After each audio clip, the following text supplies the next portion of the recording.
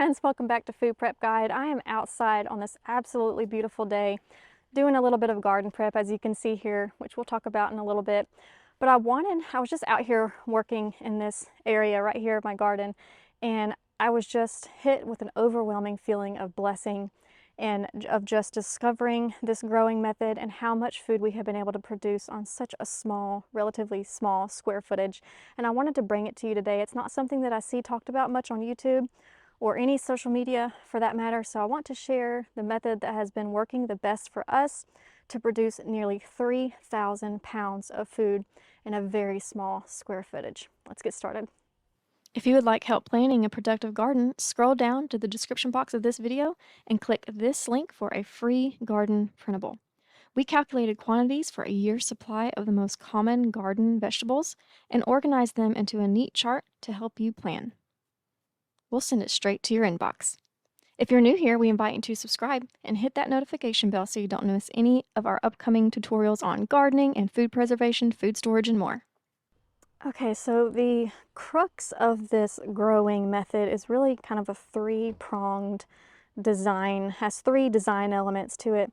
The first one being this trellis tunnel, and you can see we have two here side by side. It produces like an M shape, and it's just these cattle panels that have been bent into an upside down U shape using either really short T-post, but we have also used rebar as well. You can see that's just a piece of rebar. So you can do this fairly cheaply, but it's just creating a whole tunnel of these trellises and then using the underneath space, which is design element 2 of a raised bed, a very skinny raised bed running down the entire center of the trellis tunnel. You can see we are still working on doing that. This is our existing beds from last year, and it has just performed so beautifully for us that we are doubling, almost tripling this part of our garden this year. So this cinder block bed will run the entire length of the trellis tunnel, and as you can see, it is just made of cinder blocks. Let me give you a closer look. I should have gone over here where the garlic is. See over there, you can see we've got plenty of garlic growing. This is our carrot bed, which we're going to be extending this year. Whole lot of weeds right now. I need to prep it and get going because those carrots need to go into the ground within the next couple of weeks, which is one of the reasons why I'm out here working today. But this cinder block bed is only 1 cinder block wide, and the reason being, you can see that we don't have a ton of room on either side of the raised bed, and I think that's probably the #1 reason why I haven't seen this growing method on YouTube before. Because it's probably a little bit too difficult to work and maintain your plants. For some people, if you have some little helpers, you have children that can help you get down, like in the summertime, you know, this whole trellis is just loaded and the plants will come out all the way to like here. And, you know, sometimes I'll have to have 1 foot on the ground and 1 foot on the cinder block, but if you have some little kids who can help you out with those bottom ones and trying to maintain your plants. I'm just sharing the method that has allowed us to produce the most amount of food with the least amount of effort.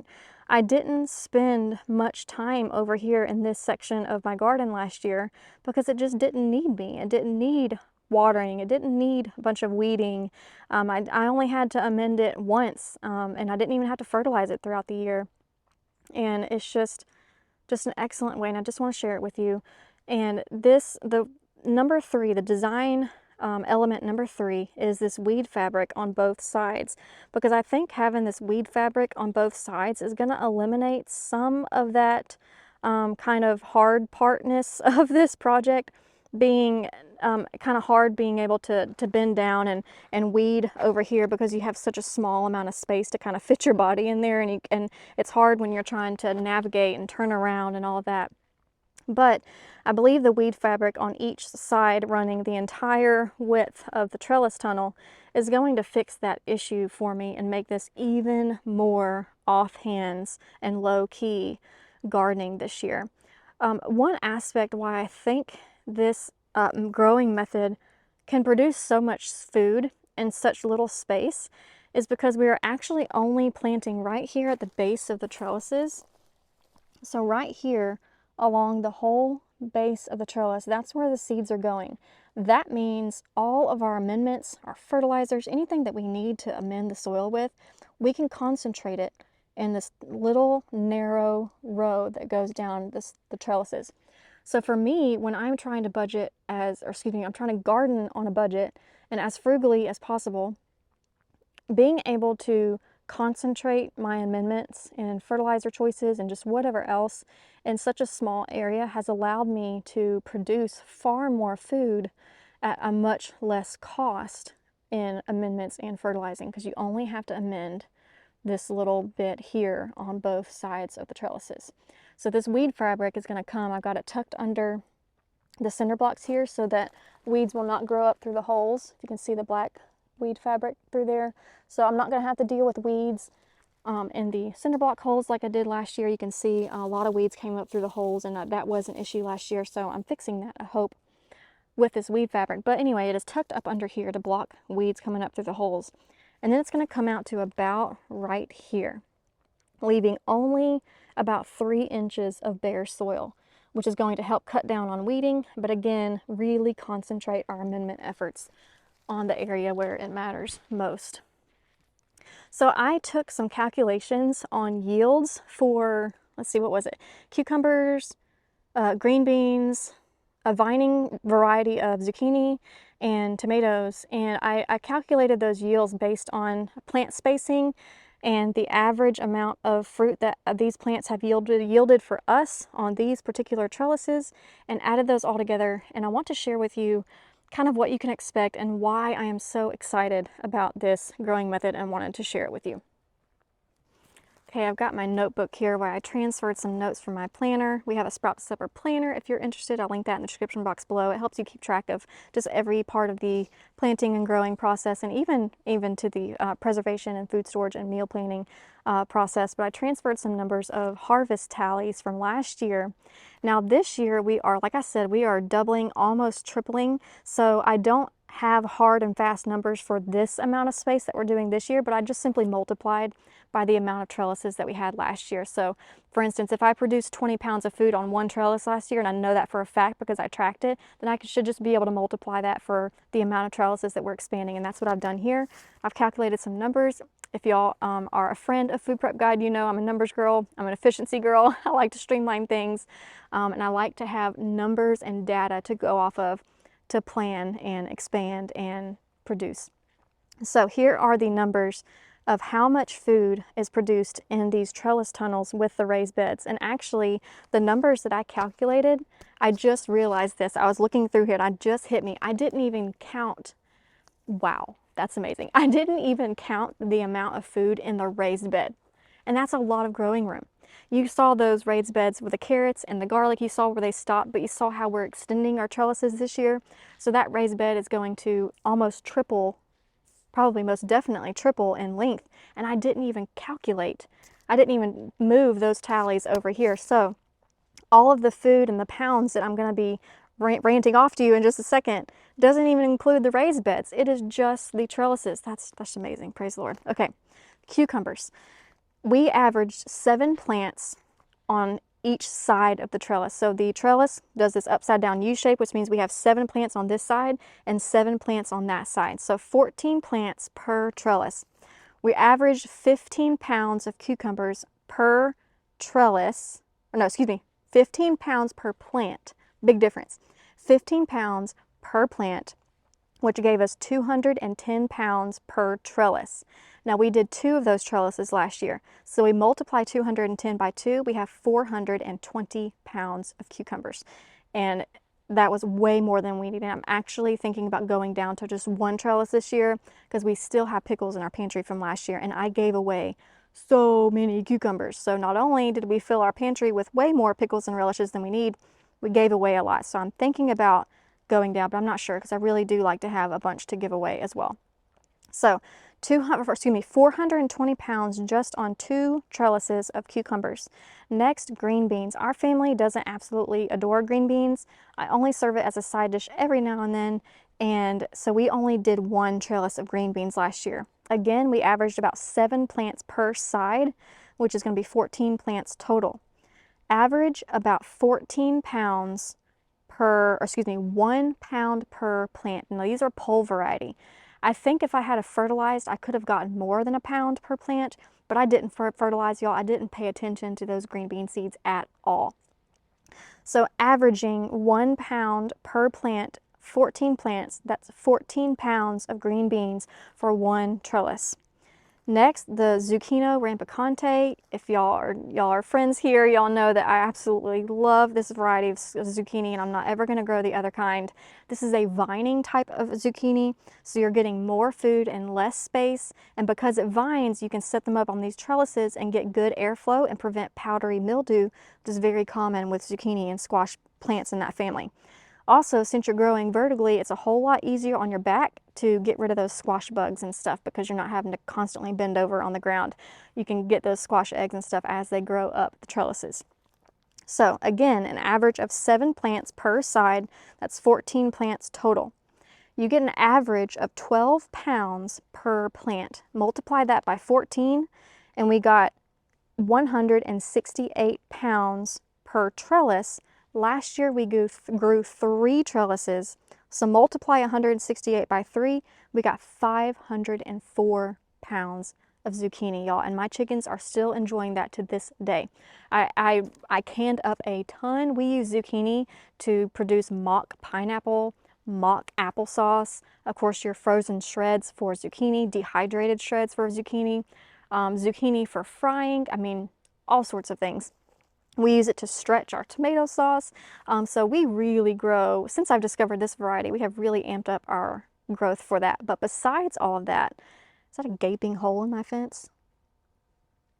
I bet that's where the armadillo's been coming in. Is it? No, okay, sorry.